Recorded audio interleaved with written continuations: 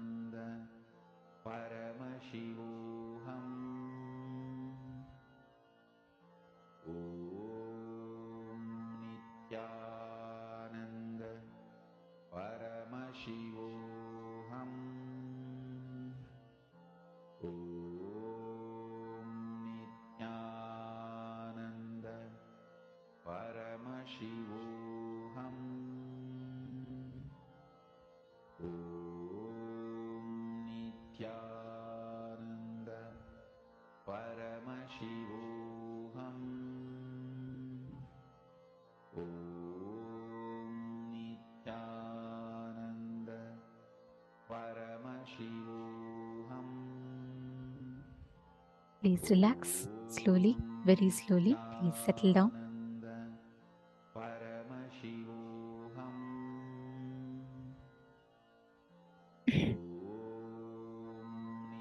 All of you can now please relax.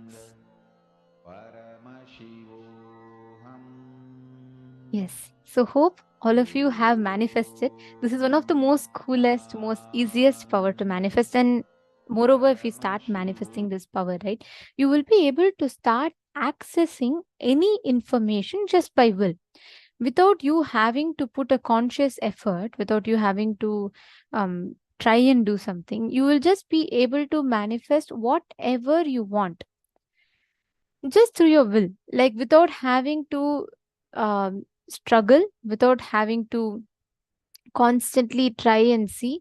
You will be able to know anything that you want to know is under your control. Whatever you want to manifest is all under your control. You will be able to experience that, and that whole experience will just become a part of you.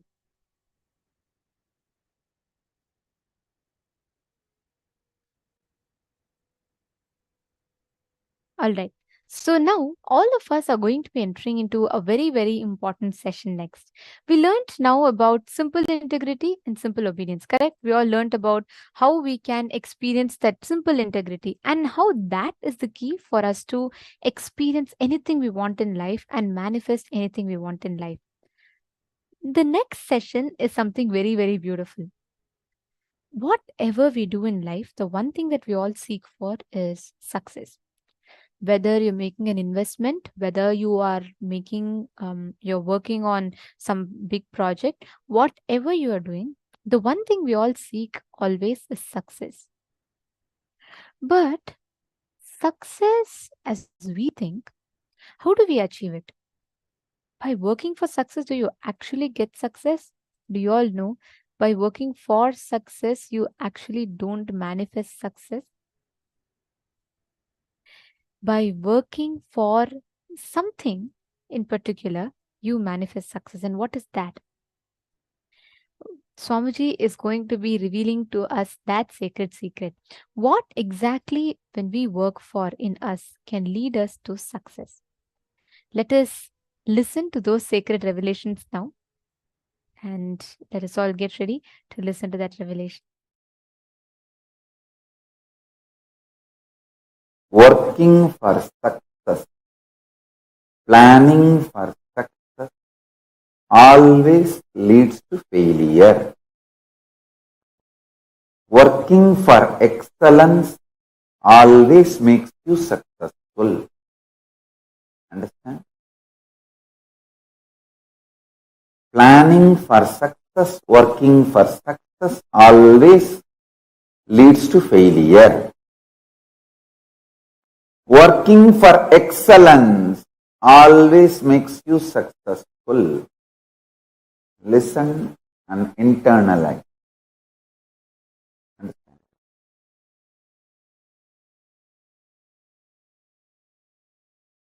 Person who works for success will be very shallow. He will be working dependent on others' opinion about success, because success is always about others' opinion. What others feel, you are successful. All idea of success derived from others, sustained by others, changed by others. All truth about the excellence evolved from you, substantiated, supported by you, and manifested by you. Understand? Excellence is integrity based, reality based, present moment based. Success is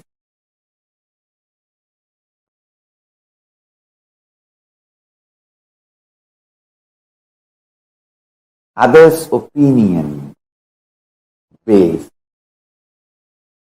A person who lives with all the time strategizing cunningly bothers about success. Person who lives with a simple integrity evolves with excellence. Integrity is all about whatever Paramashiva has given you, you will manifest everything, breaking all the life negative patterns.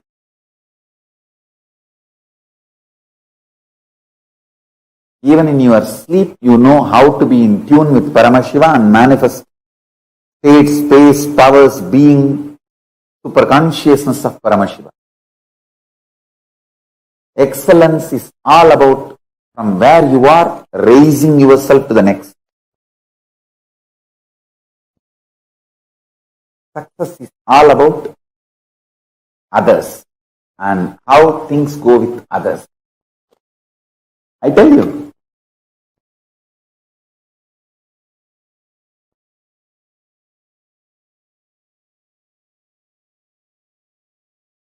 with idea of success, you will always be wavering, diluting yourself, deluding yourself. With the idea of excellence, you will always be grounded. You can see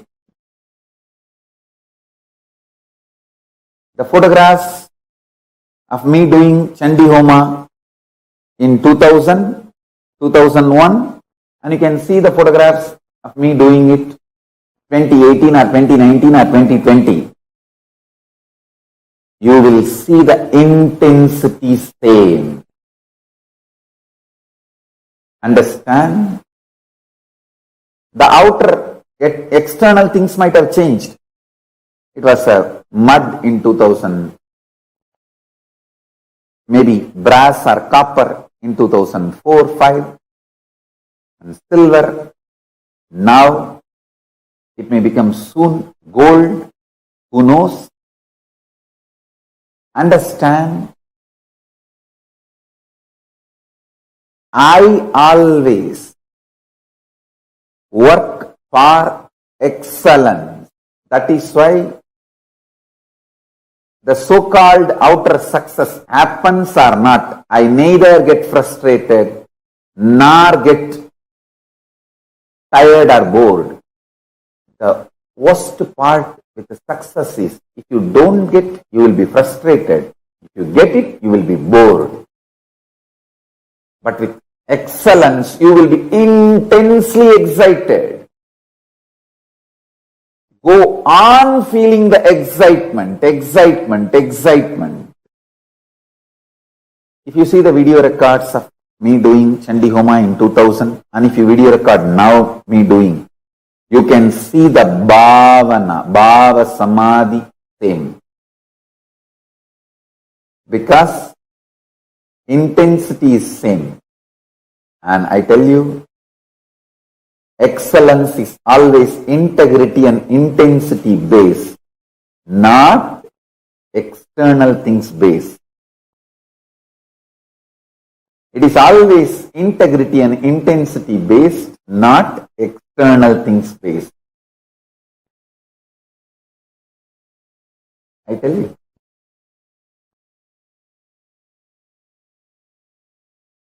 If you are excellence based, you will not bother about even enemies, because you know very clearly your enemies are fools and stupid fellows. Why will you bother about them? You will be so clear. I tell you. From that time till now, I am working for excellence. That is why the outer world idea of success never interferes in my life. Be centered on excellence, you will be absolutely integrated to your goal. Even this COVID-19 lockdown, I tell you, people who are excellence based neither feels depressed nor feels deprived. They know how to survive. All the minds which are success based have collapsed, gone to pieces. Listen, all success based people, the idea of success is melting down. All success based people, terrorized by the insecurity, life, future. All excellence based people are there with their original excitement and intensity and continuing to plan further with their excellence based mental setup and consciousness. I tell you, only people who are centered and who are thinking excellence based are going to survive this COVID-19 after effects. COVID-19's lockdown, economical meltdown, this global crisis, all this. People who are excellence based are only going to survive this crisis. The people who are success based are just going to melt down. Excellence based consciousness is more like a muscles. Success based mental setup is fat. Don't build too much fat. It will be load on you, tiring you,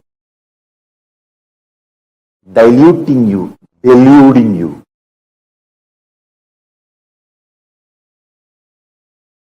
Almost like destroying you.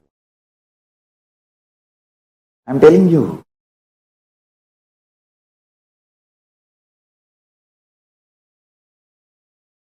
Bring intense integrity. Stop strategizing with life. Start becoming integrated with life.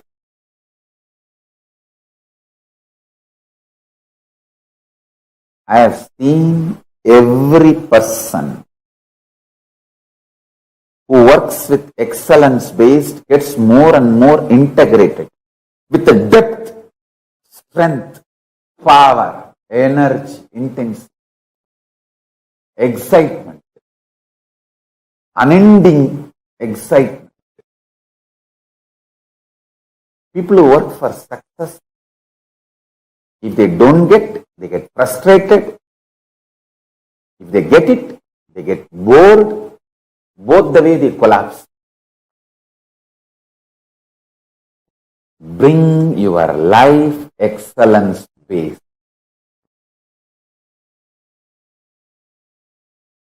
Nothing can touch you, nothing can disturb you, nothing can distract you. Bring your life excellence based. Bring your life excellence based.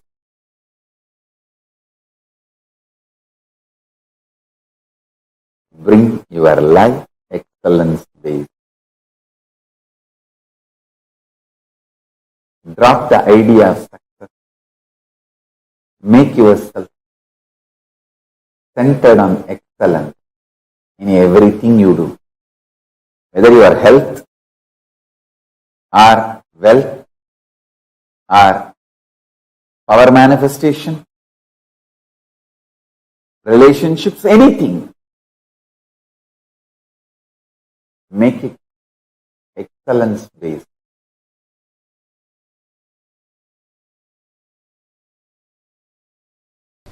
When I started the Sangha, everyone asked about money, from where money is going to come. How money? Money?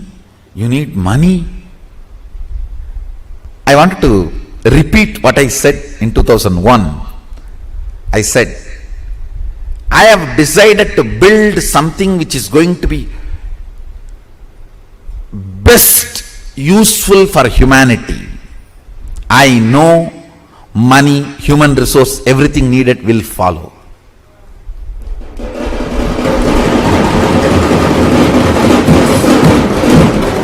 I am planning to build something which is most important for humanity, which is going to be the best useful thing for humanity. So naturally, money, human resource, everything has to follow. Understand?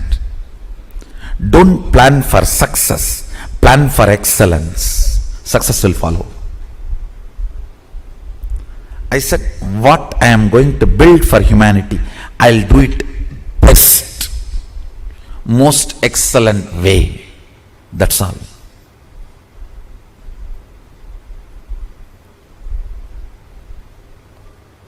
More and more of me makes the Anya come down. Anya means will. To come down, and will starts believing in more and more of impossibility. Impossibility takes over your will.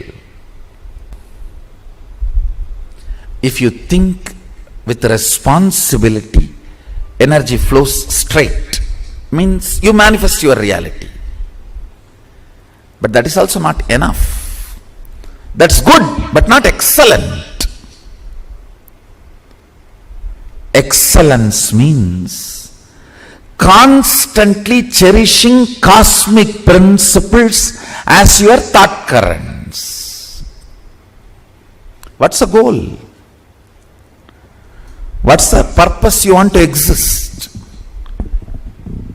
Why do you exist? More and more of cosmic principles, more and more of cosmic understandings, more and more looking up. Understand? The more and more cosmic principles start sinking in your day-to-day thought currents, lesser and lesser blind spot about your existence. What is blind spot?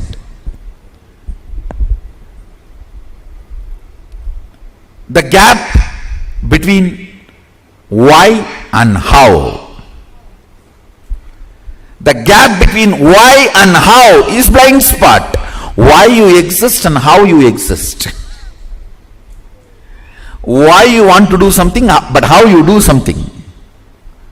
Why you want to live, but how you live. The gap between why and the how is blind spot. That gets healed when you cherish more and more cosmic principles. I tell you, you want to exist healthy, but your whole day goes either in sickness or afraid, getting frightened about more sickness. I tell you, you may not even logically be able to connect and see, but a simple thought current. I think this whole cosmos is running with some auspiciousness. Such large existence cannot be accident. Some casual thought current somebody has put in your head by mistake. If you cherish, even that may bring complete healing to your body. I tell you, I have seen this happening. There may not be any logical relationship. Suddenly, a casual thought current, that is the beauty of Vedic tradition, I tell you. Cosmic principles, when you cherish them,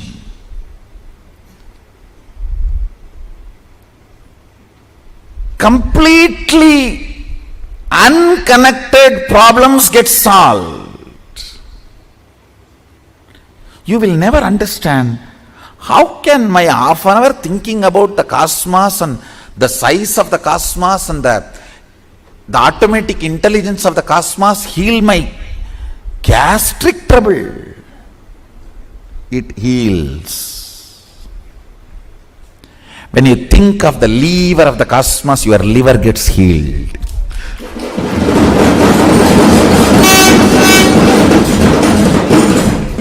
I tell you,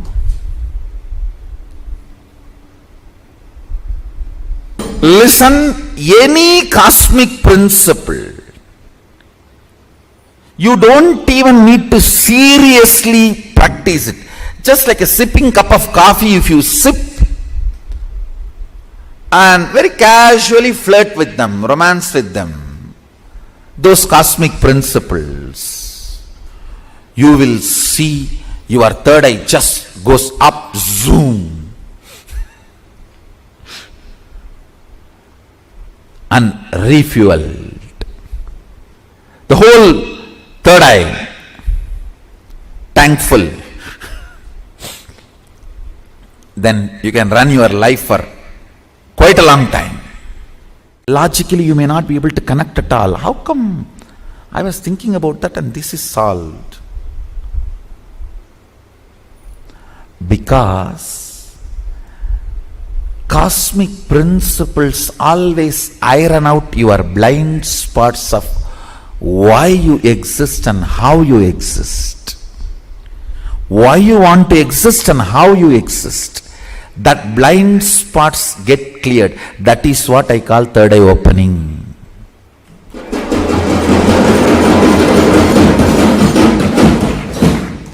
That is what I call third eye opening.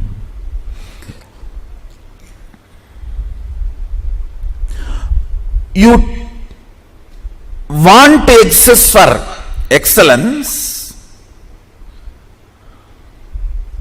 but you exist for some selfish attachment only to realize the hopelessness and emptiness of your so-called ignorant desires. Listen, I am not at all against the desires getting fulfilled, reality. I am only against you running behind something which can never be fulfilled. Or if it is fulfilled, it will be more dangerous to you. In the name of desire, you are running behind siren. Not even behind, towards.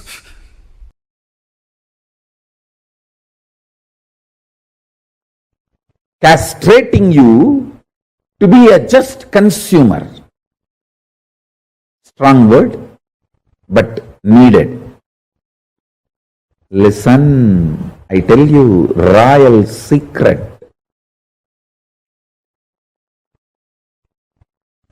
Whenever you expect result, the kind of the anxiety, anxiousness, frustration, your mind is more faster than the light and sound.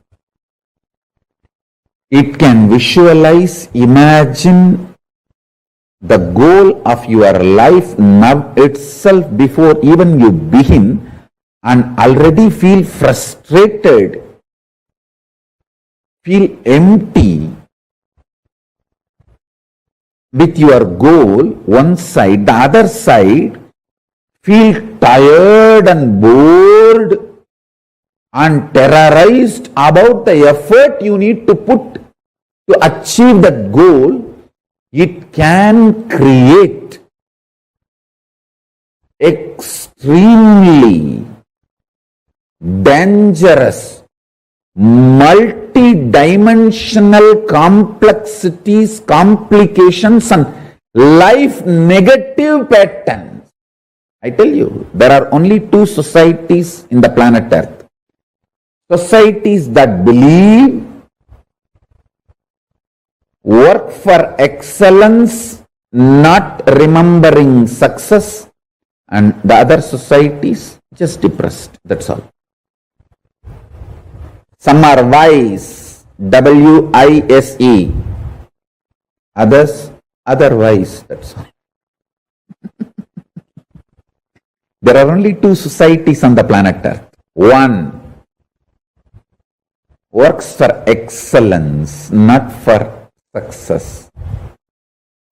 Knows the truth of karmanyevadhikaraste mapaleshu gadachana. I tell you, I can just speak on this one verse, 10,000. Listen, if you have to have 18-inch biceps and lift 100 kg, don't try to think, oh, now I can lift only 5 kg. I have to make it into 6. I have to make it into 7. I have to make it into 8. By the time I make 100, I may become 100 years old. No. Once the 5 becomes 6, the muscles you grow will become so strong, you will just jump to 20. And then the muscles you grow will be so strong, you will just jump to 60. It will not be the gradual growth. Understand? When Krishna says, Karmanyevadhikaraste mabaleshu gadachanaha, he says, don't put your middle class shitty mind on the grand success you are going to celebrate. The middle class shitty mind has extremely uncountable numbers of blind spots, infinite number of blind spots filled middle class mentality, which is all the time looking for success with a tremendous agitation and anxiety. When Krishna says, Karmanyevadhikaraste mabaleshu gadachanaha, he means, he tells you to be grounded, excellence based. Today 5 kg, tomorrow let me become excellent. Forget about what is success. 100 kg or 200 kg lifting. 5 kg. Now, let me move to excellence. Excellence means it may be 6 kg or suddenly I may be able to do it 60 kg. Excellence is all I need to focus, not success. Having success in the mind, you will cause multiple blind spots. All the diseases described in psychoanalysis and psychiatric, I think both are different way of robbing you. So, all the disease they describe, everything will come to you if you look for success, leaving the excellence. People who look for excellence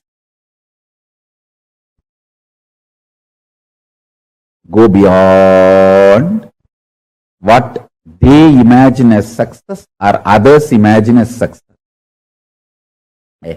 Never, even my own disciples who have absolute devotion to me, even imagined I will make a nation. Till I announced.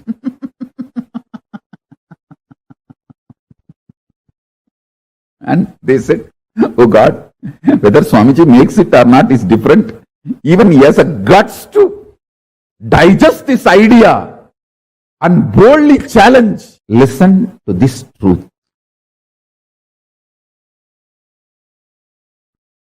Do not bother about success.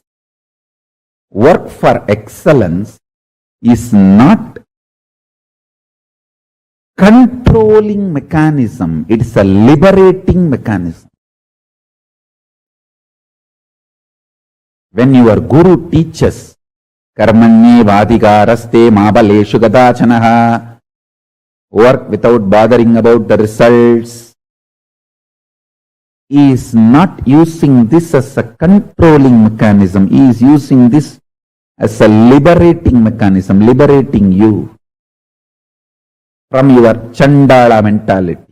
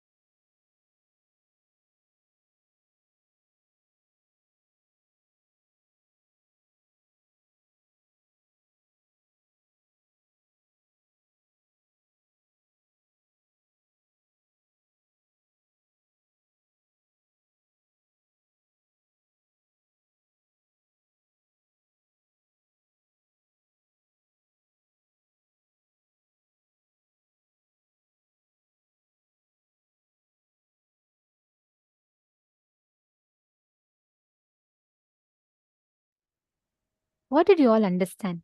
Working for success versus working for excellence. What did each of you understand as a difference? What is working for success and what is working for excellence?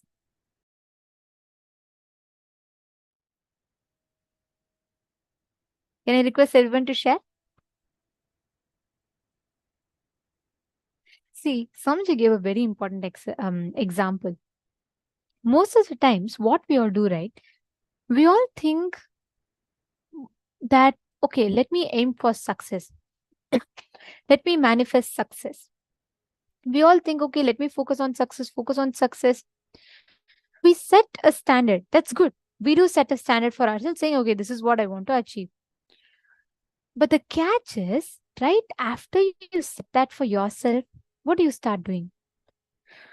You literally stop expanding or even considering any other possibility that you possibly can experience by the time you can manifest something there. That is what Swamiji explained as the most important thing. If you work for excellence, you will look for what next can you do. If you work for success, you will look for an imaginary goal and you will already give up and decide that it is not possible for you to achieve that goal. And you will, based on that, come to the conclusions, life negative conclusions, that it is not going to be possible, you cannot work it, it is not going to help you. All that will run inside your inner space.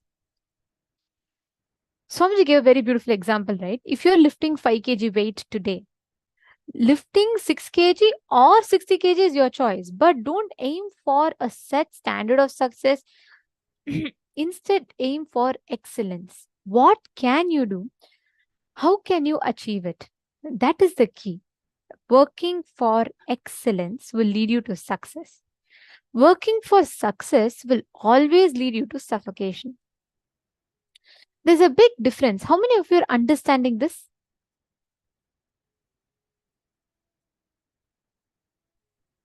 Please put yes in the chat. I'd like to see how many of you are understanding this beautiful truth that Swamiji has revealed.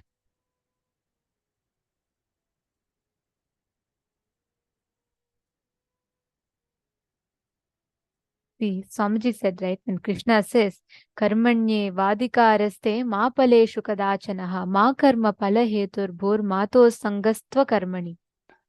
When you just decide, let me do my action. Let me leave the results to Swamiji. Whenever you do that, right, Swamiji will take care of the results. There is two things. One, you can have your possibilities of success, your possibilities of what can go right and wrong. Second is leaving it to him, his possibility. And we know when we leave it to Swamiji, how Swamiji will take care of it. Every time you try to do something on your own, you think, oh, I will know, I can do something.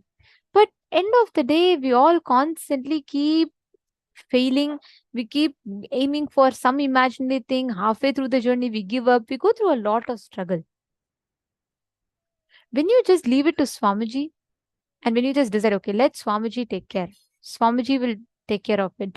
Let me leave whatever I know to Swamiji. From there, let Swamiji take care of it. That space in us that we have, that will lead us to success. Take a few minutes and internalize this one important truth. Just see in your life, where all do you think constantly this aspect you repeat in life, where you are stuck so much with an imaginary standard of excellence that you forget to work, imaginary standards of success, but you forget to even take steps towards that and you give up.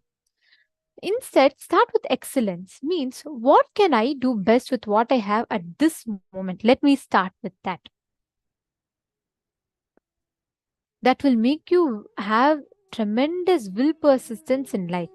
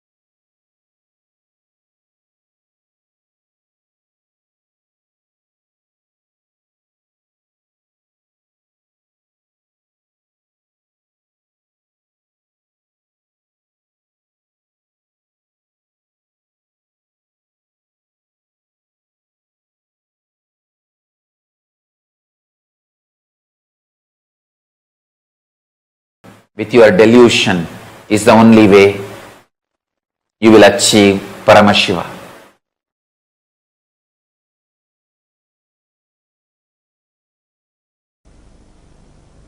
Worshipping the unknown is worship of Kali.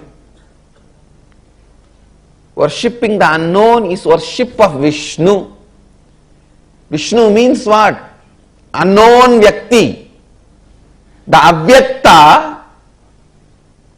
who fills the Vyakta and Avyakta is Vishnu.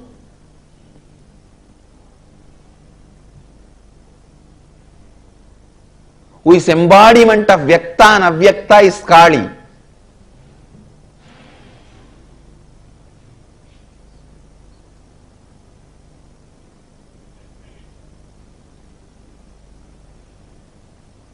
If you just complete with your fear of unknown, you will have the courage to enrich the whole world. You will have the courage to complete with your all problems. Courage to enrich the whole world and courage to complete with all problems is one and the same. If you don't have the courage to complete with all components of you, you will have the same fear outside to reach out to people. That is why I tell you, the person who completes will be the real enricher. The person who enriches will be the real completer. Enriching and completion goes hand in hand intensely. Enriching and completion are like a anga, not step by step. Patanjali says Ashtanga Yoga means 8 parts of yoga. He doesn't say Ashtapatha Yoga means 8 steps of yoga. No, Ashtanga Yoga. Yama, Niyama, Asana, Pranayama, all of them are different components of yoga, anga of yoga. Same way, completion, enriching, causing, integrity, authenticity. Integrity, authenticity, responsibility, enriching and causing, completion. All the 6 are Shashtanga Yoga, not Shashtapatha Yoga. Shashtanga Yoga. Complete, enrich, cause, everything together. Your completion will cause enriching and enriching will cause completion. When you are afraid of handling some questions from others, some doubts from others, you are afraid of handling some incompletions of you. If you handle that incompletions of you, you will have the answer to enrich others, cause others.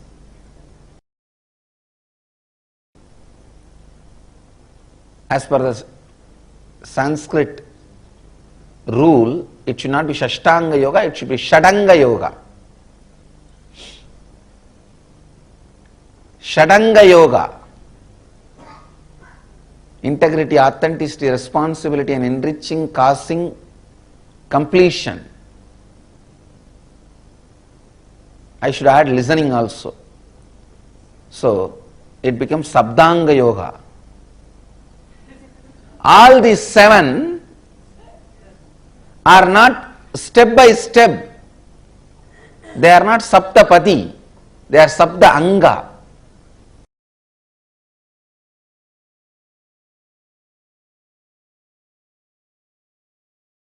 If you feel I am your puppet, be assured you have a relationship which I had with my Guru Arunagiri Yogeshwara. The Guru Sishya Parampara is going to continue through you. You are going to be my successor. Because that is the way I felt with my Guru. It's not logical. Logically, only Guru is supposed to feel the disciple is puppet.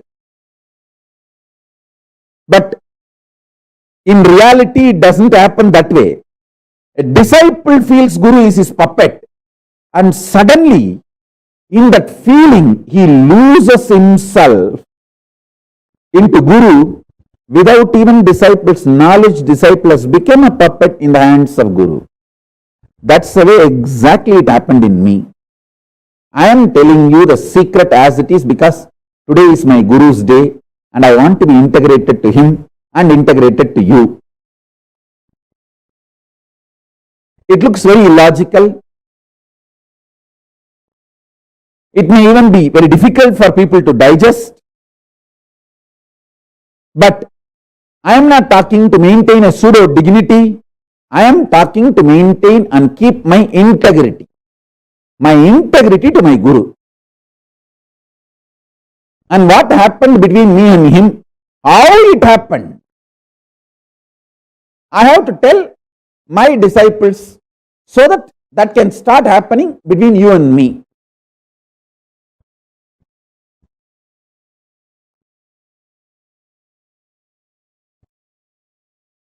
Please listen. If you read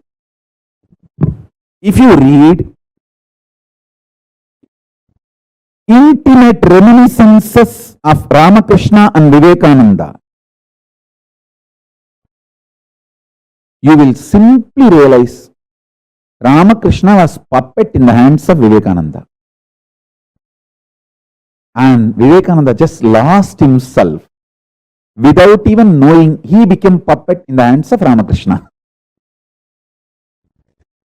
Samartha Ramdas and Shivaji, Ramakrishna and Vivekananda, Aurobindo and Aurobindo mother, all this I can give as the ideal Guru-disciple relationship, where the disciple experienced Guru as the puppet in their hand, but without even their knowledge, they became puppet in the hands of Guru.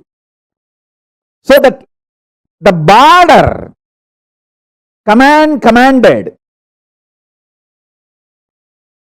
commander, commanded, these three has disappeared, dissolved. The commander, commanded, all this just disappeared.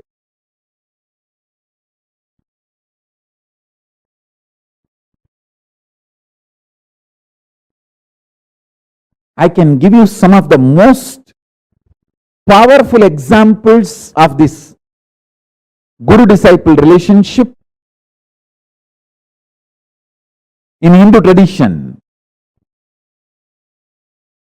Nandi and Paramashiva.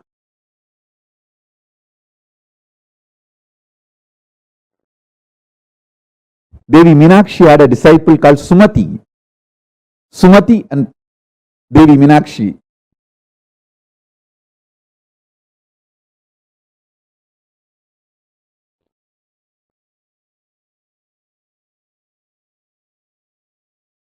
Even Krishna and Arjuna, Naranarayana.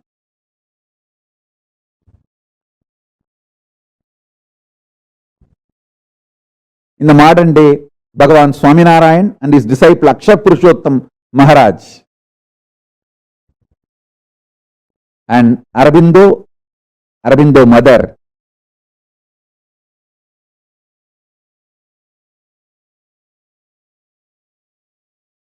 I tell you, love can just open all gates of all lokas. Up, down. Tyaga can open only up to Tapoloka. Brahmanyana, enlightenment, can open only up to Brahmaloka. All the punyas, good actions, dana dharma you do, charity you do, yaga yajnas you do, can open only up to Swargaloka. But consciously developed love, consciously decided love, can open all 14 and beyond. That's the beauty and power of conscious love. See, I am giving you cosmic secrets. I tell you, inside your heart, deeply, secretly, if you are cherishing, I am your puppet, be assured you are my disciple, and through you, the Guru Shishya Parampara is going to continue. You are going to be the living stream of me. Whoever feels I am your puppet, you can be rest assured you are inheritor of Paramashiva. And what I got from my Guru, Arunagiri Yogishwara, you are going to receive through me. And you are going to continue this Guru Shishya Parampara. Not just getting enlightenment, not just getting powers. You are just going to be inheritor of everything, of me. What I got from my Guru, Arunagiri Yogishwara, everything. Because I felt Arunagiri Yogishwara is my puppy love and puppet love.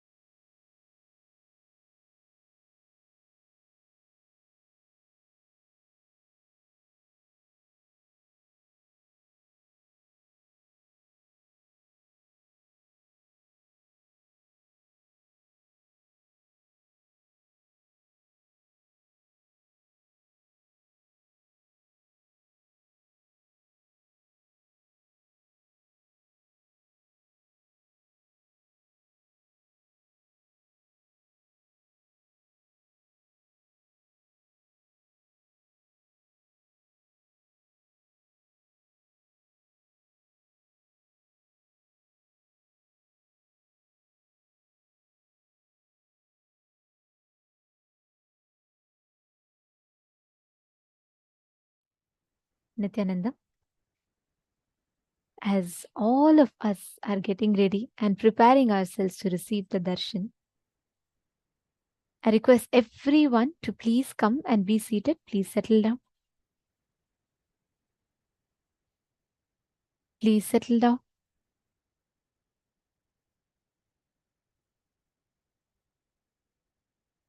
Can I request all of you to please come on camera, please?